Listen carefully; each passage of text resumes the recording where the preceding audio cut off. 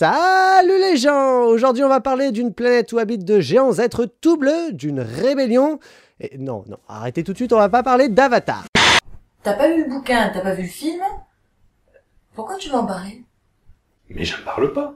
On va parler des nuances, du manichéisme, du fait que dans la vie, rien n'est tout blanc ou tout noir. En même temps, pas blanc, pas noir, vous deux, pour le coup... Hein? Il dit qu'il voit pas le rapport. Une nouvelle ère s'ouvre pour Abe, mais avant que celle-ci ne commence, je vous propose de revenir sur les origines de ce personnage, et pour cela il faut s'intéresser à un monsieur nommé Hanafuda ou Cartefleur, oui Cartefleur. Il nomme alors sa toute fraîche société Nintendo Kopai. Bon, on sait tous plus ou moins combien fait un mètre. Et même si certains essayent de faire croire que 10 et 15 cm sont la même chose, on a des moyens précis de vérifier aujourd'hui. Mais ça n'a pas toujours été le cas. On y trouve des pétroles situés à de très grandes profondeurs ou sous le permafrost, et même parfois des hydrocarbures mélangés à d'autres éléments avec peu d'intérêt. Mais le vent tourne quand son père meurt, lui laissant à 17 ans la responsabilité de 8 frères et sœurs et d'une exploitation agricole. Hélas, le jeune Louis peine à diriger les affaires familiales. Ce gars est une légende dans la tête de beaucoup de monde puisqu'il est à l'origine des musiques de Zelda mais aussi de la série des Super Mario.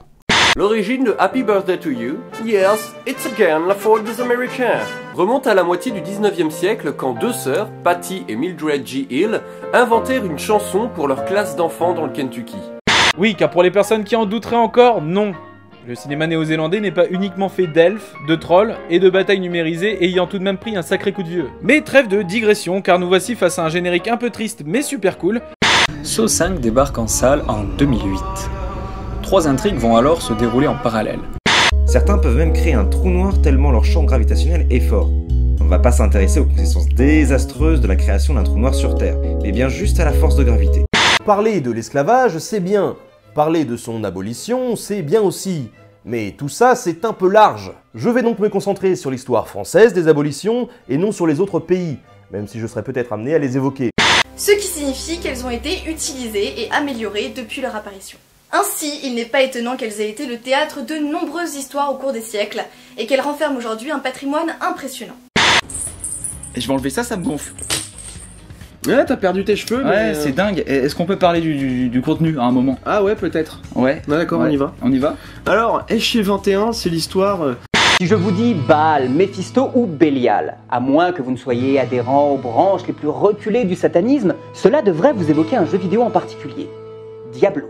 Selon Hall, nous nous entourons de 4 sphères sociales invisibles qui nous permettent de gérer nos rapports avec les autres et de filtrer les individus en fonction du type de relation que nous entretenons avec eux. Construite comme dans une pièce de théâtre, cette séquence est brillamment mise en scène. Normal qu'elle ait demandé tant de soins, puisqu'elle est LE pivot majeur du récit.